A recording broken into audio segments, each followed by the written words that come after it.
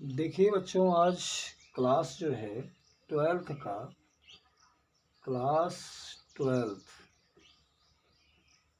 Organic chemistry class twelfth का organic chemistry start है। पहला चैप्टर।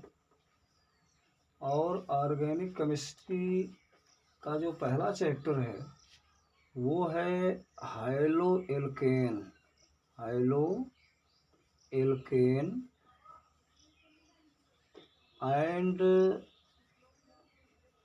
High-low arene. हिंदी में भी ऐसे लिखा जाएगा, ये हाइलो एल्केन और हाइलो एरीन।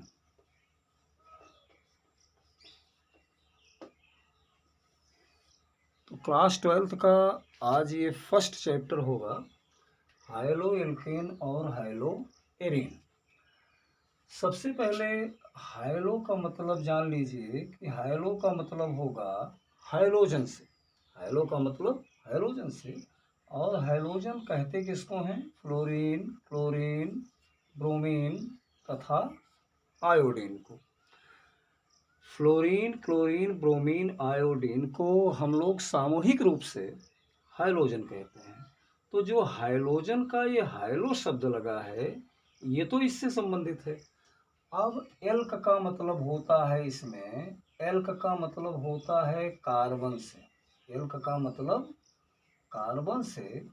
और इसमें जो एन शब्द लगा है एन, तो एन का मतलब होता है सिंगल बॉन्ड।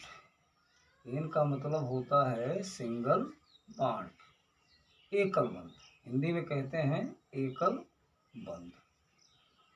तो इस प्रकार हाइलो एल्केन का जो शाब्दिक अर्थ होता है वो हाइलो का मतलब हाइलोजन से। एल्केन में दो शब्द आ गए आपके, एल्क और एन। एल्क का मतलब कार्बन से, एन का मतलब सिंगल बॉन्ड। कहने का मतलब हुआ, ये मतलब हुआ हाइलो एल्केन का। अब हाइलो एरीन का मतलब होता है कि हाइलो का मतलब तो वही होगा फ्लोरीन, क्लोरीन, ब्रोमीन, आयोडीन से, लेकिन एरीन का मतलब होता है बेंजीन रिंग से। बेंजीन रिंग से हमारा मतलब इस प्रकार से एकांतर क्रम में सिंगल और डबल बॉन्ड होंगे और हर कॉर्नर पे कार्बन लगा होगा इस तरह से, और इससे सिंगल बॉन्ड में हाइड्रोजन जुड़ा होता है। तो इस प्रकार से इसे हम बेंजीन कहते हैं। बेंजीन एक एरोमेटिक यौगिक होता है जिसको शार्ट में कहा जाता है एरीन। तो इस प्रकार से आज हम लोग पढ़ेंगे अपना पहला चैप्टर हाइलो एल्केन और हाइलो एरीन।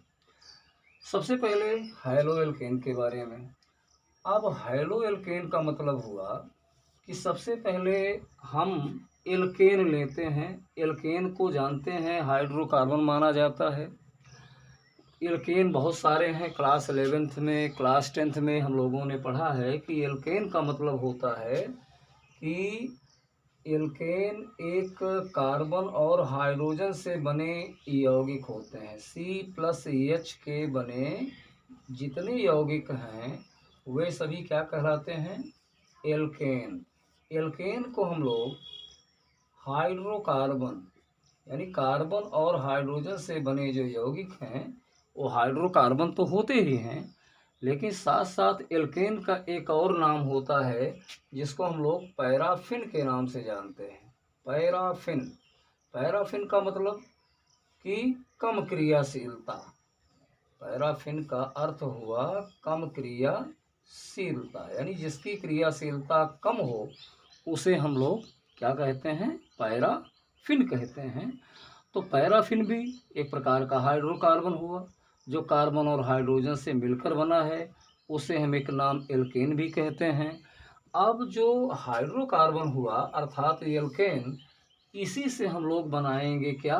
High-low alkene. जैसे एल्केन का सबसे सरलतम उदाहरण अगर हम देखें तो अपने पास होता है CH4। अब आप जानते हैं CH4 को हम लोग मीथेन कहते हैं और मीथेन का एक नाम मार्स गैस भी है। पिछली कक्षाओं में आप लोगों ने पढ़ा है मार्स गैस, या इसका एक नाम फायर डैम्प भी है। तो मीथेन, मार्स गैस या फायर डैम्प, इन नामों से मीथेन को हम जानते हैं। मीथेन में अगर हमने मीथेन के स्ट्रक्चर को अगर देखा जाए, संरचना को, तो मीथेन का संरचना सूत्र इस प्रकार से होता है, एक कार्बन से इस प्रकार से 4 हाइड्रोजन लगे होते हैं। लेकिन हमें तो बनाना है हाइलो एल्केन। अब हाइलो एल्केन बनाते समय हम क्या करेंगे, एक हाइड्रोजन को प्रतिस्थापित कर देंगे, यानी हाइड्रोजन को मैंने हटाया और उसकी जगह पर इनमें से कोई एक हाइड्रोजन आप लगा दीजिए। जैसे मैंने इनमें से उठाया और Cl को लगा दिया, तो इस प्रकार से यह एक बन गया हाइलो एल्केन बन गया। इसी प्रकार अगर हम बेंजीन रिंग में जाएं, यानी एरीन में पहुँचें, जो एरोमेटिक यौगिक होता है, इसके भी हम किसी भी हाइड्रोजन को अगर हटा दें, उसकी जगह पर इनमें से कोई भी हाइड्रोजन को लगा दें, जैसे मैंने ब्रोमीन लगा दिया, तो यह भी क्या बन गया, हाइलो एरीन बन गया। इस प्रकार से हमने देखा कि अगर हमें हाइलो एल्केन बनाना है तो हम किसी भी एल्केन को पकड़ लेंगे, उसके हाइड्रोजन को किसी हाइड्रोजन द्वारा प्रतिस्थापित कर देंगे, तो ये बन जाएगा एक हाइलो एल्केन। अब कहोगे कि इस हाइलो एल्केन का नाम क्या है, तो एक हाइड्रोजन हटने के बाद शेष भाग को हम मेथिल कहेंगे। मेथिल में मैंने Cl लगाया, Cl को क्लोराइड बोलते हैं। इस प्रकार से इसका नाम हो गया मेथिल क्लोराइड, इसका नाम हो गया मेथिल क्लोराइड। और ये जो हाइलो एल्केन बन गया, ये हाइलो एरीन जो आपका बना, जिसमें हमने बेंजीन रिंग में ब्रोमीन को जोड़ा है, तो वास्तव में इसके नाम लिखते समय पहले ब्रोमीन का नाम लिखा जाएगा और साथ में उसके बाद बेंजीन का, तो इसका नाम हो गया ब्रोमो बेंजीन।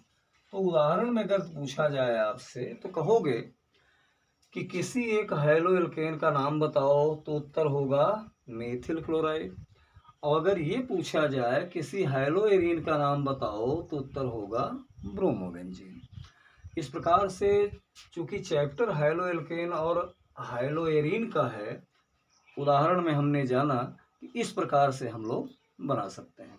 जैसे अब इसके बाद जो है हम लोग देखेंगे कि ये जो हाइलो एल्केन और हाइलो एरीन बने, तो इनको हम वर्गीकरण कैसे करें, यानी हाइलो एल्केन और हाइलो एरीन का क्लासिफिकेशन कैसे हो, वर्गीकरण, ये हमको जानना है। तो हम लोग देखेंगे अगला टर्म वर्गीकरण का। वर्गीकरण मतलब अंग्रेजी में इसको क्लासिफिकेशन कहते हैं। क्लासिफिकेशन हाइलो एल्केन और हाइलो एरीन का, जिसमें विशेष रूप से देखा जाएगा कि वर्गीकरण जो होता है स्पेशली हाइलो एल्केन का, वो 2 प्रकार से किया जाता है। पहला प्रकार हाइड्रोजन परमाणु की संख्या के आधार पर, हाइड्रोजन परमाणु की संख्या के आधार पर ये वर्गीकरण हो सकता है। दूसरा हो सकता है CX बंध की प्रकृति के आधार पर, CX बंध की प्रकृति के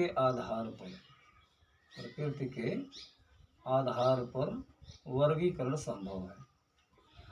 अब अगर हाइड्रोजन परमाणु की संख्या के आधार पर हम वर्गीकरण करें, तो जैसे देखा है कि अभी आपको एक उदाहरण दिया गया इस प्रकार का CH3Cl methyl chloride. Methyl chloride में देखा जाए तो इसमें एक ही हाइड्रोजन दिखाई दे रहा है। अगर एक हाइड्रोजन लगा है इस हाइलो एल्केन में, तो इसका मतलब ये हुआ कि इसे कहा जाएगा मोनो हाइड्रोजन व्युत्पन्न, इसे कहा जाएगा मोनो मोनोहाइड्रोजन व्युत्पन्न।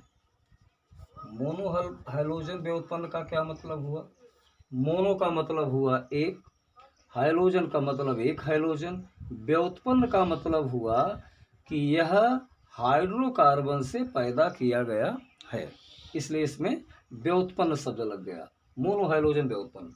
तो हाइड्रोजन परमाणु की संख्या के आधार पर अगर देखा जाए तो पहला वर्गीकरण हो गया मोनोहाइड्रोजन व्युत्पन्न, जिसका उदाहरण आपके सामने लिखा है मेथिल क्लोराइड के रूप में। लेकिन इसी प्रकार अगर इसमें हम एक हाइड्रोजन को और हटा दें, एक और Cl को लगा दिया जाए, जैसे इस प्रकार में देखा जाए कि इसमें अब 2 ही हाइड्रोजन रह गए और दोनों हाइड्रोजन को हटा करके देखिए एक Cl यहाँ और एक Cl यहाँ लगा दिया जाए। इस प्रकार की अगर कंडीशन बना दी गई तो अब तो कन्फर्म है कि यहाँ पर इस कार्बन से कितने क्लोरीन के परमाणु जुड़े हुए हैं? 2। तो इस प्रकार से कहलाएगा डाई हाइड्रोजन व्युत्पन्न। डाई हाइड्रोजन व्युत्पन्न कहलाएगा। क्यों कहलाया? इसलिए कहलाया क्योंकि अब इस कार्बन से कितने हाइड्रोजन जोड़े गए? 2 हाइड्रोजन, और हम हाइड्रोजन परमाणु की संख्या के आधार पर वर्गीकरण कर रहे हैं।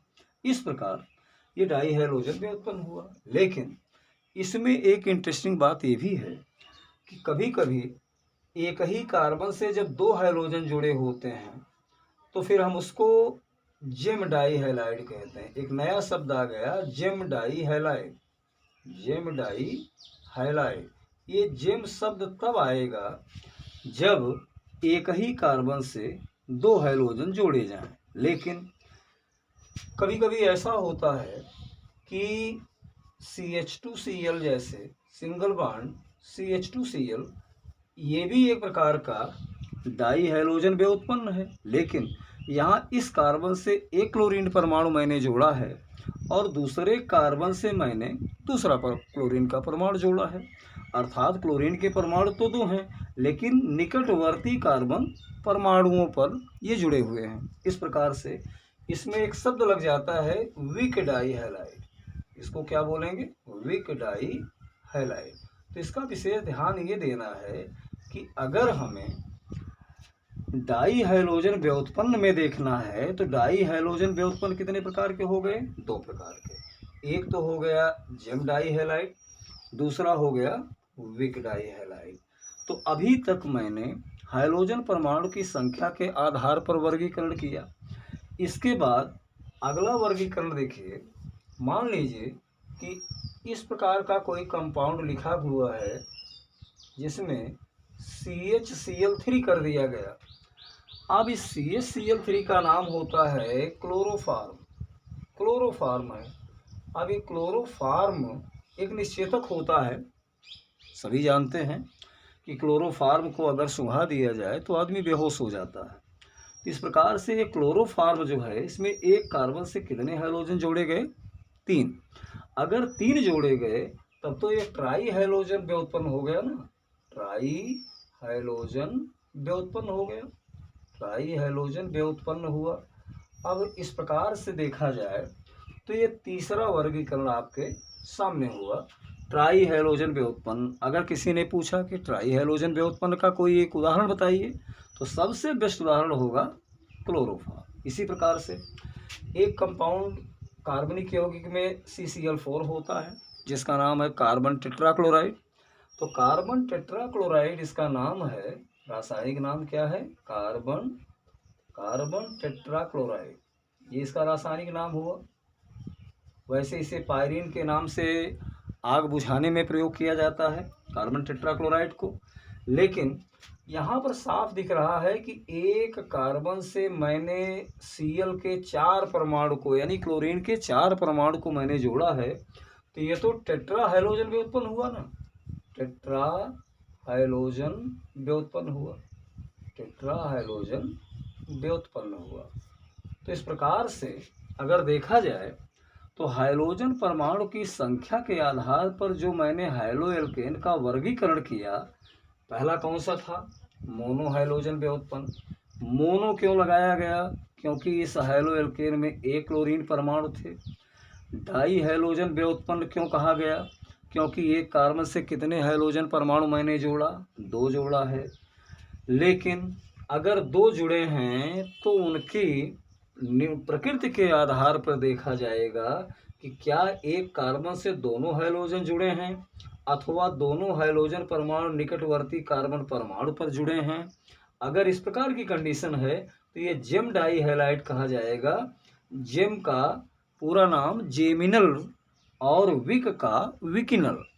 तो विकिनल का मतलब ही होता है निकटवर्ती कार्बन परमाणुओं पर हाइड्रोजन परमाणु का संलग्न होना, और जेम मतलब जेमिनल, और जेमिनल का अर्थ होता है कि एक ही कार्बन परमाणु पर दोनों हाइड्रोजन परमाणु का पाया जाना।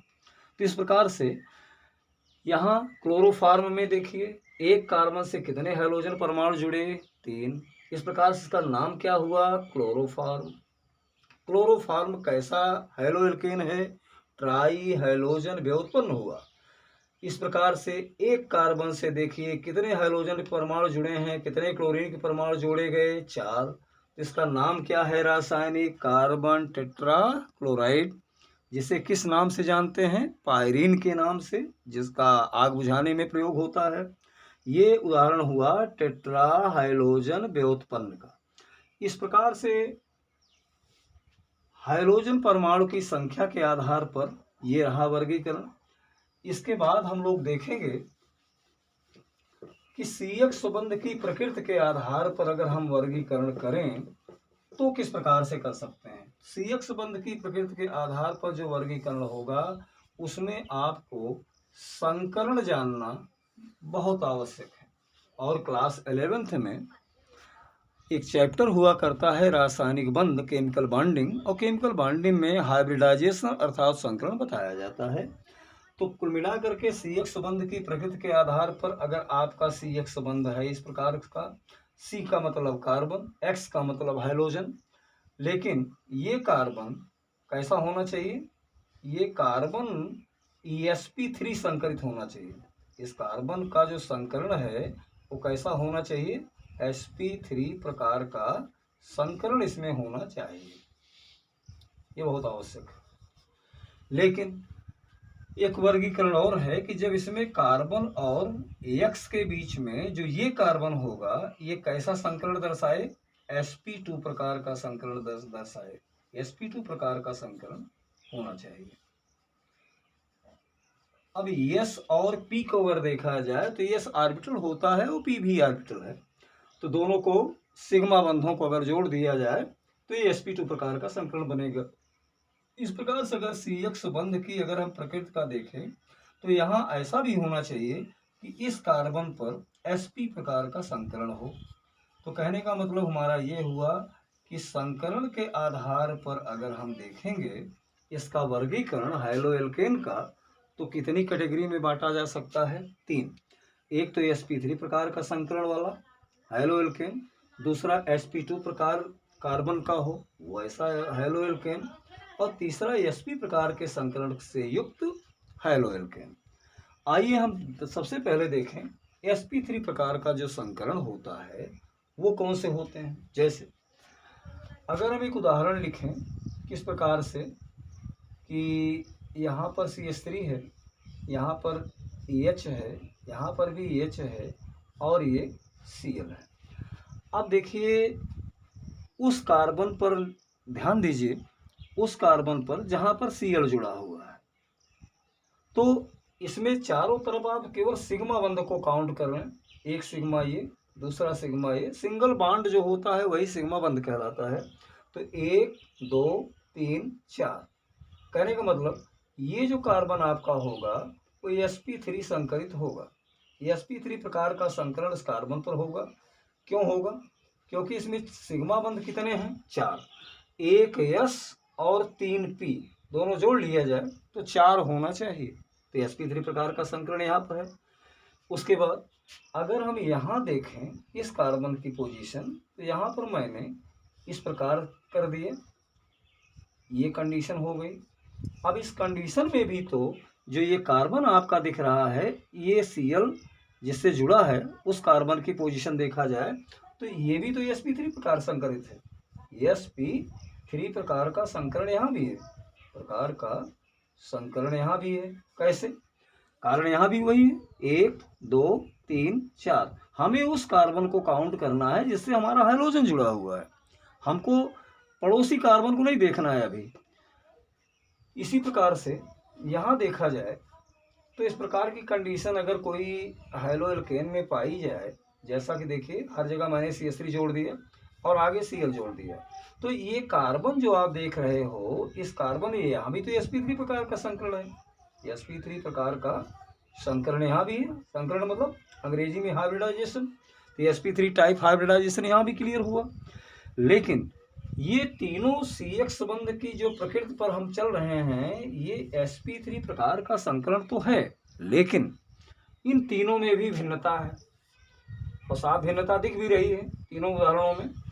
पहले में देख लीजिए, केवल जो कार्बन आपका हाइड्रोजन से जुड़ा हुआ है, इसका पड़ोसी एक कार्बन है। इसका मतलब ये हुआ कि ये 1 डिग्री कार्बन कहा जाएगा। 1 डिग्री का मतलब डिग्री हम तब देंगे जब हाइड्रोजन से जुड़े हुए कार्बन का कोई एक पड़ोसी हो, तो ये 1 डिग्री कार्बन हुआ। ऐसे हैलो एल्केन को हम प्राथमिक एल्किल हैलाइड भी कहते हैं। प्राथमिक एल्किल हैलाइड का मतलब अंग्रेजी में primary alkyl halide, primary alkyl halide, प्राथमिक एल्किल हैलाइड कहिए, या इसको 1 डिग्री एल्किल हैलाइड कह सकते हो। 1 डिग्री एल्किल हैलाइड भी कहा जा सकता है। इसी प्रकार इसमें देखा जाए तो ये जो कार्बन है जिससे हमारा हाइड्रोजन जुड़ा है, इसके पड़ोसी 2 निकटवर्ती कार्बन परमाणु हैं। इस प्रकार ये 2 डिग्री कार्बन हुआ। तो जब आपकी हाइड्रोजन 2 डिग्री कार्बन से जुड़ी हो तो इसको कहते हैं द्वितीयक एल्किल हैलाइड। द्वितीयक alkyl halide, secondary alkyl halide अंग्रेजी में, सेकेंडरी एल्किल हैलाइड। लेकिन यहाँ देखा जाए तो इस कार्बन को हम 3 डिग्री कार्बन मानेंगे। क्यों मानेंगे? क्योंकि इस कार्बन से पड़ोसी कितने कार्बन जुड़े हुए हैं? 3। यानी हाइड्रोजन युक्त कार्बन को देखा जाएगा तो इसके पड़ोस में कितने कार्बन जुड़े हैं? 3 जुड़े हैं, तो 3 डिग्री कार्बन हुआ।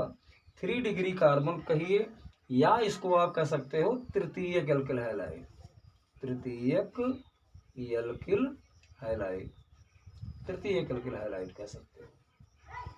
तो इस प्रकार से कोई कंफ्यूजन नहीं होना चाहिए, इस प्रकार से भी वर्गीकरण हुआ। लेकिन अगर मान लीजिए कि इस प्रकार की कंडीशन कहीं आपको दिखी, CH2 डबल बॉन्ड CH, फिर आगे इस C के साथ CH2 करके Cl जोड़ी गई। अब यहाँ ऐसी कंडीशन में इस कार्बन के पास देखिए 2 हाइड्रोजन यानी 2 सिग्मा, एक 3 सिग्मा, एक आगे 4 सिग्मा का मतलब हुआ कि ये कार्बन sp3 प्रकार का संकरण दर्शा रहा है। ये sp3 प्रकार का संकरण यहाँ भी है। लेकिन इसके ठीक बाद अगर देखा जाए तो ये कार्बन जो आपका है ये sp2 प्रकार संकरण है। इसमें sp2 प्रकार का संकरण है। हम जो चल रहे हैं वर्गीकरण वो हमारा अभी sp3 प्रकार के संकरण में है, और हाइड्रोजन को वरीयता देने के कारण ये sp3 ही माना जाएगा। जिस कैटेगरी में है sp3 ही माना जाएगा। लेकिन इसके जरा पड़ोसी कार्बन को देखिए, वो sp2 प्रकार का संकरण है। इस प्रकार से इस ग्रुप को हम एलिल बोलते हैं, एलाइलिक, इसको कहते हैं एलाइलिक कार्बन। तो एलाइलिक शब्द यहाँ पर जोड़ा जा सकता है। इसी प्रकार से अगर हम बेंजीन की बात करें, चूंकि हमको हैलो एरीन भी पढ़ना है, तो हैलो एरीन के केस में अगर देखा जाए तो ये अल्टरनेटिव इस प्रकार से बॉन्ड है। यहाँ पर आगे इस प्रकार से हम CH2 लगा करके अगर हमने Cl को जोड़ दिया तो इस कार्बन को जरा गौर से देखिए, इस कार्बन में भी sp3 प्रकार का संकरण है। sp3 प्रकार का संकरण है, sp3 प्रकार का संकरण यहाँ भी है। कारण जो कार्बन से मैंने हाइड्रोजन जोड़ा है वो sp3 प्रकार का संकरण दर्शा रहा। लेकिन ये कोने पर भी जो कार्बन होता है यहाँ पर, इसमें देखिए डबल बॉन्ड है, पाई बॉन्ड, संकरण में भाग नहीं लेता, सिग्मा लेता है 1 2 3, यानी कुल मिलाकर के ये sp2 प्रकार का संकरण है। रिंग का कार्बन sp2 प्रकार का संकरण दर्शा रहा है। तो ऐसी कंडीशन में इसको हम बेंजाइलिक बोलते हैं, बेंजाइलिक बेंजाइलिक कार्बन होगा। तो इस प्रकार से एलाइलिक और बेंजाइलिक शब्दों को ऐसे कंडीशन में जोड़ा जा सकता है। आगे हम चलें CX संबंध यानी sp2 प्रकार के संकरण में देखें। तो sp2 प्रकार के संकरण का कोई एक उदाहरण अगर देखा जाए तो इस उदाहरण में सबसे पहले मान लीजिए ये CH2 हुआ, डबल बॉन्ड हुआ, CH हुआ, Cl हुआ। अब साफ दिख रहा है इसमें कि जो हाइड्रोजन मैंने क्लोरीन को जोड़ा है जिस कार्बन से, इसके पास देखिए एक सिग्मा ये, एक सिग्मा हाइड्रोजन होगा 2, एक सिग्मा ये, चूंकि एक तो पाई बॉन्ड है, पाई बॉन्ड तो संकरण में भाग लेता नहीं, pi bond can not participate in the hybridisation. तो in this way this carbon would be sp2 संकरित, sp2 प्रकार का संकरण यहाँ भी होगा। तो sp2 प्रकार के संकरण से यानी CX बंध की प्रकृति कैसी है, sp2 संकरित है। लेकिन यहाँ पर एक शब्द जोड़ा जाएगा विनाइलिक, विनाइलिक यानी कुल मिलाकर के यह विनाइल ग्रुप माना जाता है। यह इतना आपका एरिल समूह माना जाता है, यह इतना बेंजाइलिक समूह माना जाता है, ये आपका विनाइलिक समूह हो गया और ये आएगा sp2 प्रकार के संकरण के अंतर्गत। इसी प्रकार अगर हम, चूंकि हाइड्रोएरिन भी इसी के साथ साथ चल रहा है, तो हाइड्रोएरिन में देखा जाए तो इस प्रकार की ये स्ट्रक्चर तो बेंजीन का है। बेंजीन को हम एरोमेटिक भी मानते हैं, एरोमेटिक के साथ साथ इसे हम एरीन भी कहते हैं। इस प्रकार से जो ये कार्बन होगा, अगर मैं इस कार्बन से डायरेक्ट क्लोरीन को जोड़ दूं तो ये तो रिंग का कार्बन होगा, रिंग का कार्बन अर्थात ये sp2 प्रकार का संकरित होगा, sp2 प्रकार का संकरण है। लेकिन इसे कहा जाएगा, यहाँ पर एक शब्द जैसे यहाँ विनाइलिक जोड़ा गया तो यहाँ पर एरिल शब्द जोड़ा जा सकता है, एरिल ग्रुप माना जाएगा इसे। तो यह ग्रुप एरिल हुआ, यह विनाइलिक हुआ, यह एलाइलिक होगा और यह बेंजाइलिक होगा। इसे इंग्लिश टर्मिनोलॉजी में ही पढ़ना हिंदी मीडियम के लिए ज़्यादा सूटेबल होगा, ज़्यादातर ये चीज़ समझ में आएगी। अब आइए हम sp प्रकार के संकरण में चलें। और sp प्रकार के संकरण में बहुत ज़्यादा डिटेल नहीं है, केवल उदाहरण द्वारा आप देखिए। sp प्रकार का संकरण का ज़्यादा डिटेल अध्याय में नहीं होता, लेकिन फिर भी एक उदाहरण देखिए, H C triple bond C और Cl मान लो जोड़ दिया गया। जोड़ तो हम कोई भी हैलोजन सकते हैं, मान लीजिए मैंने क्लोरीन को जोड़ दिया। अब इस कार्बन पर जरा फोकस करिए कि ये कार्बन आपका sp संकरित होगा, sp क्यों? क्योंकि ये ऊपर वाला बंध पाई बंध, ये भी है पाई बंध संकरण में भाग लेता नहीं, केवल एक इसमें होगा सिग्मा और एक होगा इधर सिग्मा। तो कितने सिग्मा हैं? 2 सिग्मा, 2 सिग्मा मतलब एक s और एक p बराबर 2। तो sp प्रकार का संकरण का इस प्रकार से होगा हाइड्रोएल्केन। अब हम अपने नेक्स्ट वीडियो में बताएंगे general methods of preparation of haloalkane and haloarene, कैसे बनाया जाए इसको, प्रयोगशाला विधियां, अन्य कॉमर्शियल मेथड्स जितनी हैं वो सब बनाने के लिए हम अगले वीडियो में बात करेंगे।